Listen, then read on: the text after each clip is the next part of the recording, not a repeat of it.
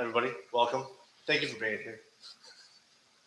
My name is Jonathan Liu. I'm a past master, and I was worship master of this lodge, Wellington Harmony Lodge, number 52, last year and the year before that. This is our stated meeting for February 3rd, 2026. We are currently in Ionic Hall for the people online and in the Philadelphia Masonic Temple. And I put recently part one because there's a lot of information, and I decided to make this live stream public because there's so much information. If I do come around to making a part two, anybody can access this part one online at their own leisure. So the only downside is they don't get to see the cool goodies that I brought today. So I mentioned I am Jonathan Liu of Wellington Harmony Lodge number 52. Lodge Wellington Harmony 52. We are a lodge of craftsmen. That's something that we identify heavily with right now. We've got typewriter mechanics, woodworkers, blacksmiths, glass blowers, watchmakers, and we love the arts and we hold them near and dear to our hearts. And we encourage all of our members to look into finding their own craft and building something with their hands. One of the things that we do a lot of is something called Esoteric Night. We've been doing it for about 2.5 years, and that's our Esoteric Night symbol on the right there, Domus Arcanae, meaning the House of Secrets. But it is open to the public. It is also held at the Philly Typewriter on East Passing, so please do come by and check it out. It is usually the second Thursday of every month. I brought a lot of stuff here. I'll be going through them. Feel free to come up and take a look at them later. Some things are sharp. I will let you know what those are. And I have some caveats for you. First, I mentioned before, there's a lot of information. I will probably be going through this very fast. If you have any questions, unless they're absolutely dire or if there's something you don't quite understand, please go ahead and ask those. Otherwise, if you can, save them for the end. Also want to point out, this is being live streamed and it is going to be made public on YouTube. So mind what you say. Try not to say anything anything that might get yourself be too offensive online. My presentation goals for tonight is for you to identify certain metals, to have the basic understanding of some of the tools that you will see in the blacksmithing trade and some of the tools that I've brought here today, and to hopefully give you the opportunity to be able to have the skills to do it yourself. Like I said, basic questions, please. And one last thing is bathrooms. If you need to go to the bathroom, by all means, get up and go. It is right around the corner of the doors to the left. You do a little U-turn by the elevators. Those are where the bathrooms are. So if you need to go, don't need to raise your hand or anything. Excellent. So the term blacksmithing came around in the 15th century or so, and it's mainly geared towards people working with iron in its forge scale and forge scale state. So usually there's a iron oxide that forms on the outside of the steel that you're working on, and that does turn black, especially when you heat it up enough. Especially with the charcoal and the coal dust, all that is a very black color. There is something called a whitesmith. Those are usually people smiths who are in a very similar trade, working with metals that are in the white. So what is in the white? If you see that little knife in the center there, the blade is sharpened and cleaned, and it's bright and shiny. That bright and shiny is called in the white. Here on the right is a coil spring, usually for clocks. This would be in the white. So a whitesmith would technically be known for being clock workers or watchmakers. It's things that deal with polished metal. And sometimes they work with other bright metals as well, such as pewter and silver, but they would don't typically be called silversmiths or things like that. And then a redsmith is often somebody who works with copper. Copper is a very red tint color, and I'll get further into that later. I wanted to kind of bring up something called the farrier. A farrier is somebody who usually does blacksmithing for horses, but horses only. They typically make horseshoes for horseshoes and things for horse hooves. So another example on the left there is a lock mechanism that is in the black, so it's left the forge scale on it, so it's very closer to a blacksmithing skill.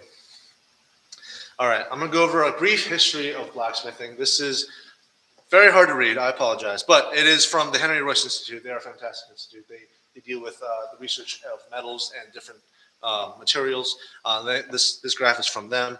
On the left side of year 0 is generally things that have been around for a long time. From the use of gold, copper, bronze, and brass, and then later on cast iron, and then you move on to the left here, or to the right, sorry. You start getting into the industrial revolution, and then what we have today, which is a explosion of different metals. You got multiple alloys, you got steel, copper alloys, aluminum alloys, and much more. But we won't be getting into those. But all right, in ancient times, during the Stone, Copper, and Bronze Age, during this time there was wide use of things like lead, copper, gold, silver, and later tin during the Bronze Age. So, and we'll get into where tin comes in later.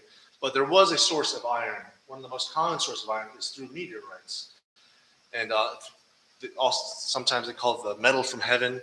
It was the most available form of iron at the time. Other than that, it was mostly iron oxides or iron ore, but people didn't know what to do with that at the time.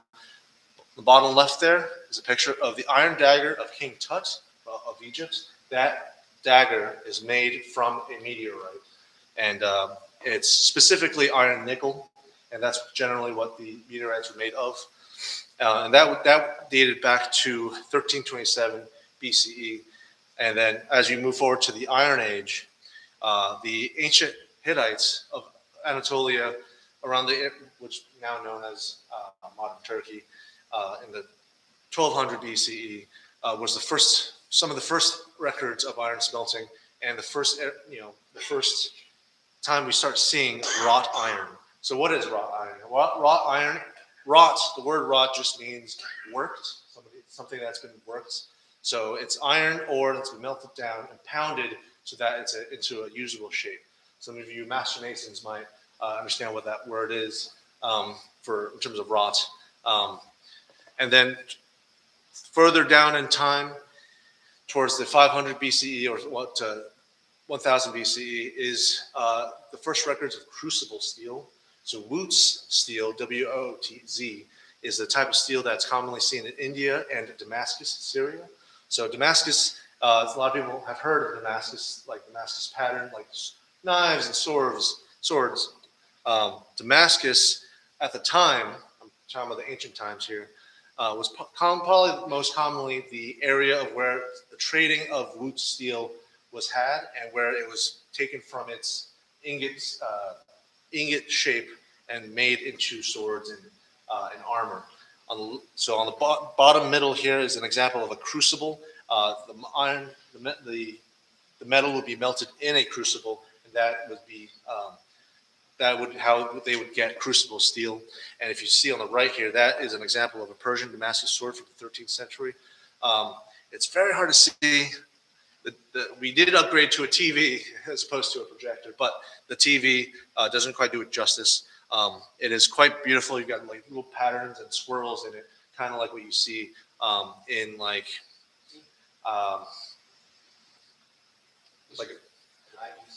a Wagyu steak. Thank you. Yes, perfect.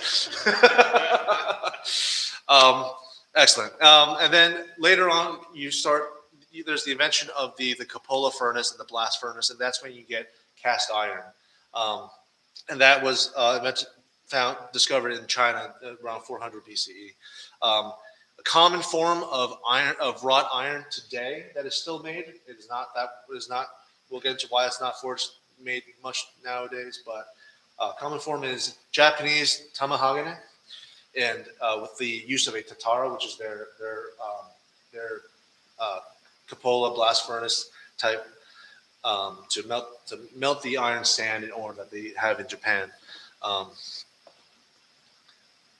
And as you go further, this is an example of a cupola furnace, and basically you have metal, flux, and coke. Well, in this case, coke, but any sort of carbon-based fuel that would be layered on top of each other and burnt at a heavily high temperature, and all the iron ore would be melted and come down to the bottom, and that's where you would get cast iron. The top left is an example of a primitive smelter to kind of get those ore together. Kind of see the bellows there. And then on the bottom left is the Japanese tatara, which is it's basically the Japanese blast furnace to really heat up all that steel ore or steel sand. Then comes the Industrial Revolution in the 1760s. You start getting steam-powered, the use of gear ratios, mechanical leverage to create steel on an industrial level. You've got the industrial level, industrial size blast furnaces. You start seeing a lot more wrought iron being used during that time. And an example is Iron Bridge on the bottom left there. It was the first bridge made completely of iron at the time, and it was made with wrought iron. And in the center there is an example of a bunch of sailors or not sailors, a bunch of woodworker iron workers working on hammering that iron. So during this time, it's still a wrought iron. Even in the back in the day, it was wrought iron, but this is at a more industrial level. Then you have the second industrial revolution. You have the invention of something like the Bessemer converter, which really pushed steel production to a mass production level, more so than a industrial level. And you start seeing things like standardization. And then there's also, I forgot to mention, the puddling furnace, another form of metal refinement for steel. And then you start seeing even more metal being used, steel specifically being used in infrastructure and all over the world. Some example is the Eiffel Tower. Eiffel Tower and the Crystal Palace down there at the bottom. Also, as well, during the Civil War, for example, in the 1860s, was the dreadnoughts, ironclad ships that were not heavily used because they're very expensive to build, but they were put into use during the Civil War. I found this table online, and I thought it was okay. It kind of shows off the different types of iron and ores that are available, but I expanded it. So you have the different time periods. So like back, 1300 BCE, you start getting blast furnaces or furnaces to make pig iron. The pig iron were then used to be refined more. On the left, you got the cupola, where the pig iron is just more refined into cast iron, into more meltable form. But the more ancient methodology was through just hammering itself to create wrought iron. Puddling furnace made wrought iron a little bit faster in a more industrial and mass-produced way. And on the right is the Bessemer conversion, all these other furnaces and methods to make. The previous slide said just steel. This is low carbon steel. This is mild steel specifically. And then through carburization, adding carbon, which is, we'll get into that a little bit further. You get crucible steel, like what we talked about with the roots, and carbon steel. And carbon steel is is a stronger form of steel. It's a lot strong. Depending on how you heat treat it, it can be a lot stronger than just generic mild steel. And some of the techniques that they made back in the day, they would also add sand and glass into some of the crucible steels, and that's kind of where you kind of see the roots crucible steel come about. Modern day, we add silica to our carbon steel to make spring steel. It's a lot more forgivable, makes it flex a lot more. So this, at least this is my understanding of it. And you have modern forging techniques. You have more industrial, heavier powered tools. You have power hammers, which are usually pneumatic, that pounds the metal into desired shapes or orientation. And you've got drop forging that is mold driven. So you have two dies that get the hot piece of metal on the bottom left there is then pressed into that shape. You have a pneumatic press, which is just up and down, which you'll see often in modern Damascus pattern welding styles. And machining as a way of cutting, and grinding and sander is also a form of cutting. One distinction I want to make to everybody is the difference between casting and forging. So casting is usually done in a foundry, and can anybody tell me where this scene is from? Which movie? No? I'll give you a hint. There's two of them. All right, this was from Game of Thrones. This is when they were making the Valerian steel, but what was that? I don't know what they're putting in there. It's probably brass or bronze.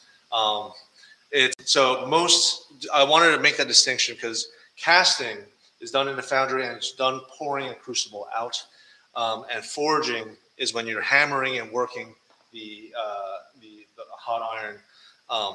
The forge is also there's multiple aspects of the word forge, because the forge is also known as it can also be referred to as the hearth where the fire is, but forging is typically done with hand and hammer or machine and hammer to work the shape of the iron itself.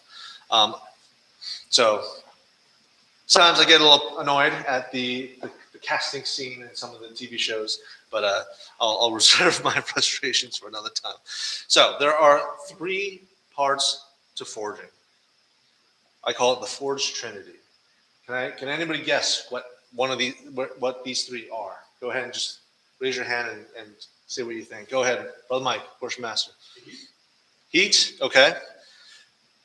What do I have? So all right, he's definitely one. Go ahead, Brother Herman. Cooling, okay. Hammering, okay. Awesome. Air. All right, we'll get to air in a bit. Not quite. Any other guesses? All right, I'll move on. So you've got metal, the iron itself. You kind of need that for then you get heat or fire. Oops. And then you get muscle or the work. So you guys got 2 out of 3. Proud of you. So when you combine these, when you have these 3, you get forging. When you combine 2 of those things, what do you get when you combine? I think it's metal and fire. Anybody have any idea? I call it heat treatment. This is where you have the carburization, the casting, the annealing, quenching, and we'll get into all of this a little bit later. But when you combine those 2 without the muscle, this is kind of what you get. When you combine metal and muscle, you get the technique. You're working the metal. You can even work it without the fire. That's called cold forging. All right, can anybody guess what fire and muscle gets? What was that? A hospital bill. I call it barbecue. This is fire. This is safety and PPE. Because when you're doing forging, you need to make sure you're doing it safely. Because if you get fire on your muscles, it is not a good time. So the first part is the metal. I love Tenacious D. They are fantastic, especially the song "The Metal." So there are many types of metal. I'm going to start with some of the non-ferric ones. So you have lead, pewter, silver, gold, and aluminum. These are some of the earlier used forms, except for the aluminum. They're very soft. TLDR. Too long, didn't read.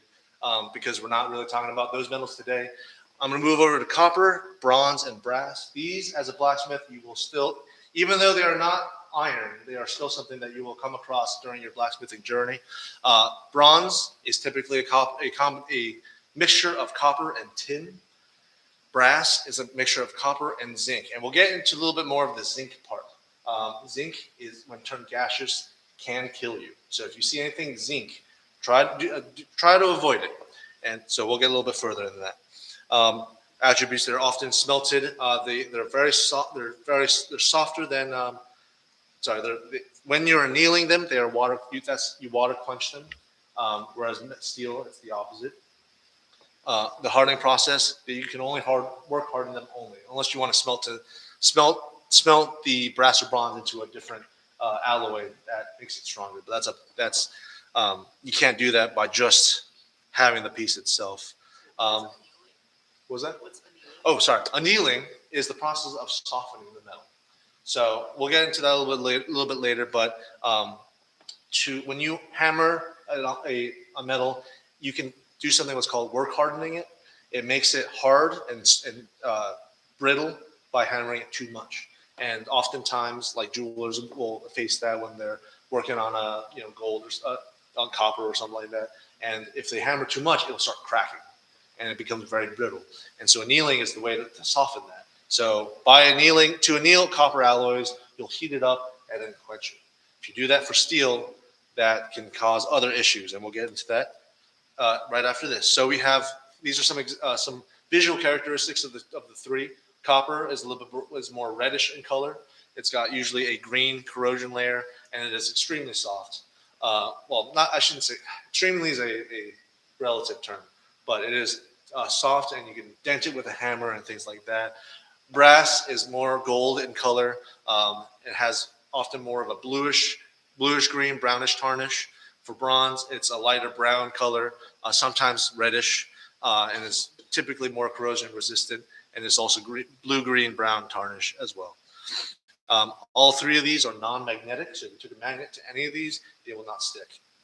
Whereas for iron alloys, they there are so many different types, and we've gone over some of these. But like cast iron is high carbon, has a lot of carbon in it. It's got 3 to 5%, which is very, very high relative to steel. Mild steel is 0.01 to 0.25%, which is not a lot. Wrought iron, which is the iron that you get from pig iron that you hammer it over and over again, that's iron and slag. Slag is more of like a silica-based byproduct. And what happens is when you hammer it and it gets the iron gets stretched, and the iron gets stretched with the slag, so it becomes kind of a little bit more uniform in a lateral kind of way. And we'll get into that a little bit further. Crucible steel, iron, carbon, slag, and glass.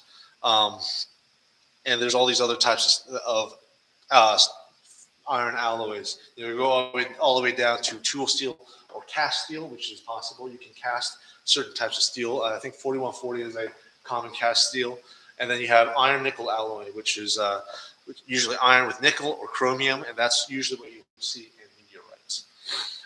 Pros, compared to some of the things that we were just talking about in terms of copper alloys, they're extremely durable. They're a lot more. They can be a lot more lightweight with the same durability. They can be sharpened and not bend as easily, and high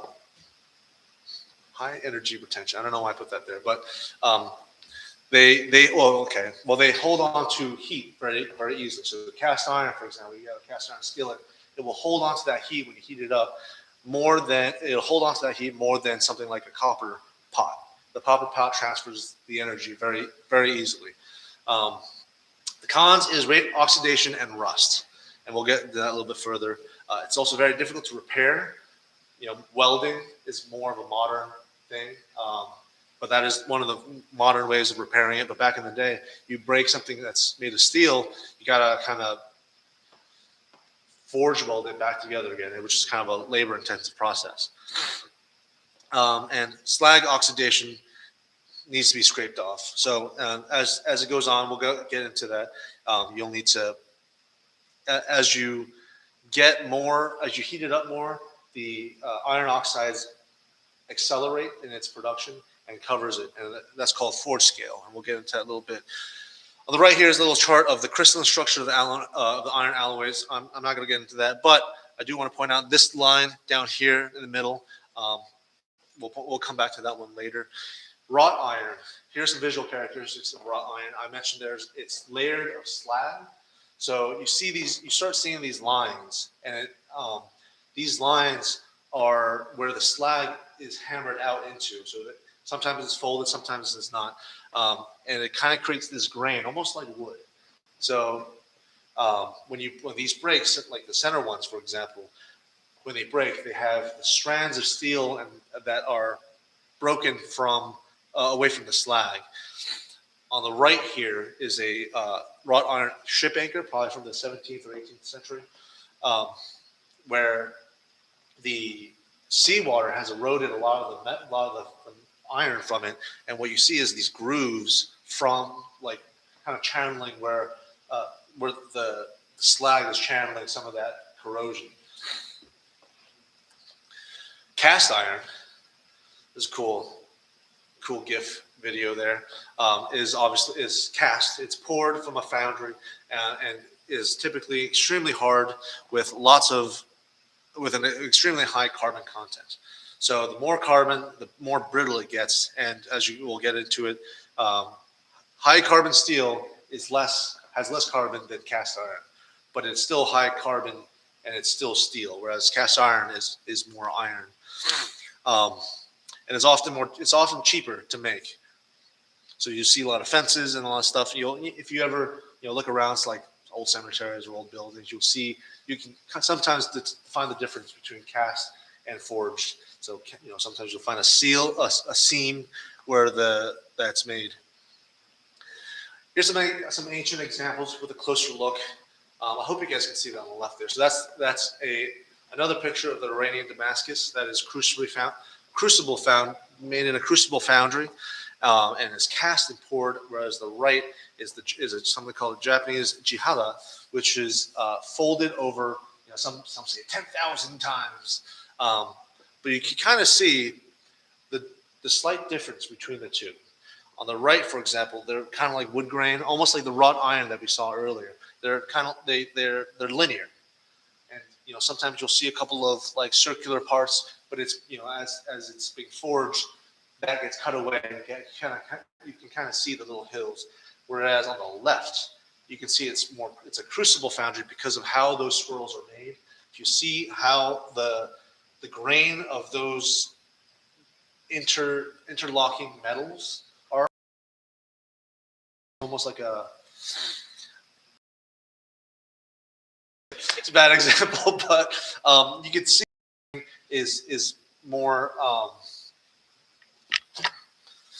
it's more flowing. It's got more fluidity to it. It almost looks like it's syrupy, So that's where you kind of get the crucible foundry come from. It is steel, and not just because it's cast doesn't mean it's not steel, and vice versa. So mild steel. This in the modern context, it's easier to bend. It's difficult to harden because it's got low carbon, and is often used in the outdoor environment for construction and stuff like that. So, for example, you've got rebar on the left there. Rebar is often galvanized, which means it's been coated with a zinc layer or surface. Sheet metal is often a mild steel because you need to be able to bend it. Sometimes you can have high carbon steel bent and then hardened, for example, hardened steel armor is often made that way. But like if you see on the bottom right here, that's how you make one of those twists, by the way, is you would twist it one direction and then twist it back on itself. And this one is while it's cold, but while it's hot, usually that's what you want to do. Yeah. This is just a machine. It's a lot more powerful, so they can do it because it's mild steel. You can do that with wrought iron, but wrought iron, because of the grain structure, it could rip and delaminate between those layers. So that's typically not what you want to see. So high carbon steel is a lot more brittle, especially when you harden it, and can be flexible and strong, tempered in the right way. Tempering is kind of an art and science, especially when it comes to blacksmithing. But one way to identify high carbon steel is by its spark geometry. When it comes out, like a angle grinder to it, you can see these different how it burns. And we'll get to that a little bit further. But the way it helps tell you how much carbon is in it. Mixing metals. This one's really cool. So we'll start off with modern Damascus or pattern welded steels. On the right is a Anglo-Saxon Viking sword that has a lot of pattern welded to it, but it's usually a combination of something that stainless steel is generally weaker than carbon steel because stainless steel doesn't have carbon in it. It's replaced with chromium or nickel. And because of that, it's going to be softer. So when you have a combination of carbon and stainless steel, the carbon will hold up, but the stainless may not.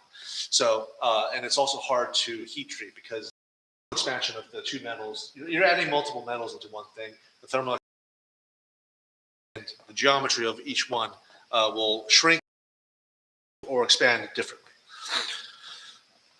Copper and steel is done by brazing.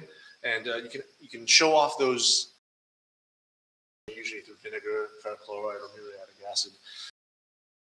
There's a Japanese blade cladding technique called sanmai. In fact, I have one here with us.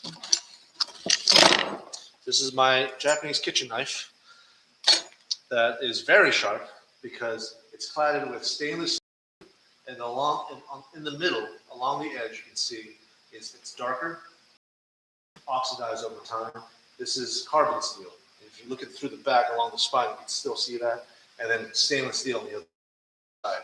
So this is nice because it protects it from water and corrosion, but you have that sharp edge.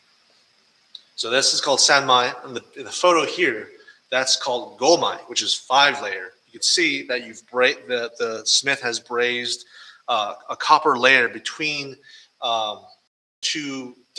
between two Damascus layers as well. So you can get pretty fancy and deep with that. If you like to see the knife, in fact, I'll show it to the camera. This is the Japanese knife. This is very sharp because it is still. I know it's in a not the greatest container, but it is very sharp. So if you do want to see it, please be careful. And we mentioned the delamination with wrought iron. It has slag going through it. During the 1800s, sword makers, epee and rapier makers, would fail at a certain point. So what they would do, they would twist it.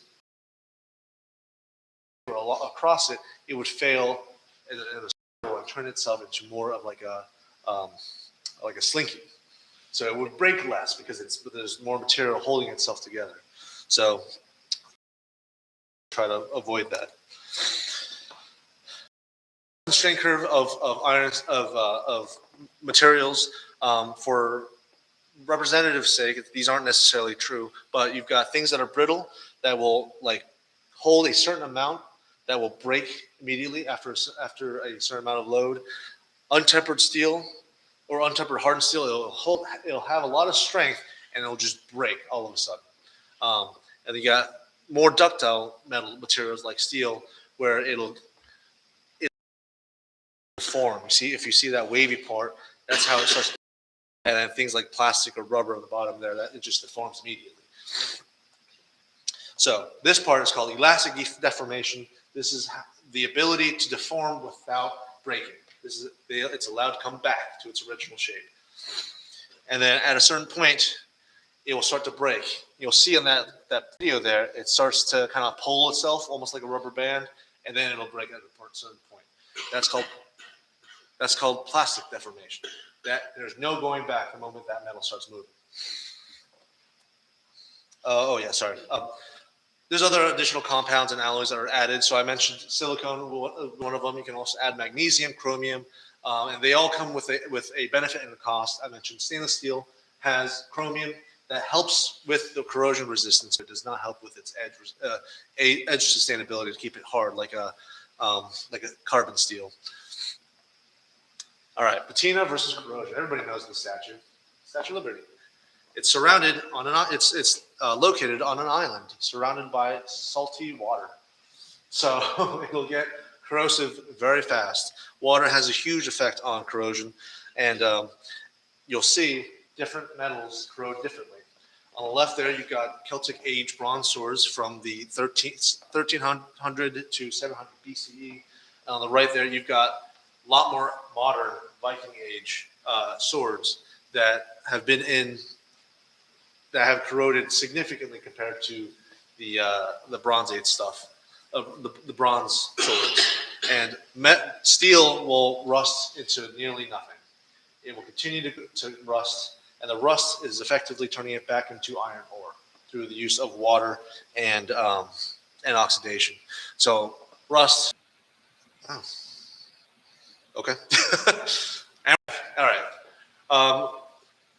So rust will continue going down to penetrating layers and will keep going unless you try to stop it.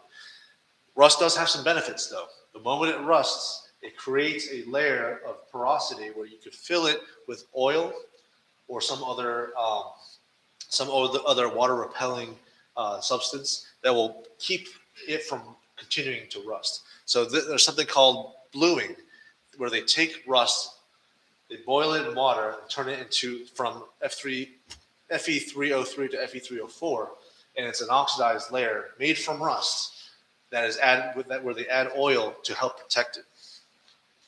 Oh, what's going on? All right. So on the bottom left there is a Colt 1911 pre-war model. That is blued, and that is the common gunsmithing protection technique for many decades or many centuries. Honestly, there's more modern organization that we're not going to go into, but that is one of the benefits of rust. But on the right here is a ship anchor chain that can be severely rusted through use of oxidation through the air, but especially in seawater. Salt and heat are accelerants. So here's a table of how temperature affects rusting or corrosion. You've got 48 degrees, it's hard to read, 90 degrees, and 120 degrees. I think this is, Fahrenheit. You can't see it on the bottom there, but these are temperatures in Fahrenheit. These are the rates of corrosion, and it can go kind of crazy. Four scale is an exemplification of that heat happening. The surface is oxidizing rapidly at extreme temperatures. You saw these rates go up with 120, like that yellow one is 120 degrees Fahrenheit. This is at 2000. So it goes a lot, it can oxidize a lot faster. I thought that was a gift. It's not. All right, part 2, fire. All right, I'm gonna go a little faster because I think we're running short on time. First is the forge. You need 3 things with a forge: fuel, oxygen, and spark. It's very much like an engine, where the engine is where the combustion happens. The foundry, the forge, the furnace is where the combustion happens that we want it for as a blacksmith. And the best way, and some of the techniques that we use to keep it hot, is by using bricks. There's fire bricks. Kale wool is a type of ceramic wool that is used to retain the heat. And I wanted to show you guys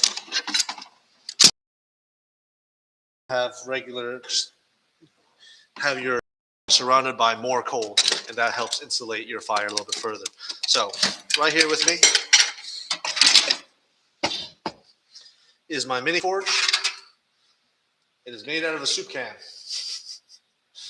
I think it was like San Marzano tomatoes or something. And the way this works is that I made little feet on it and a little handle. You see there's a hole here and a hole on both sides that go through. This is a back gas torch. In fact, I'll show the camera.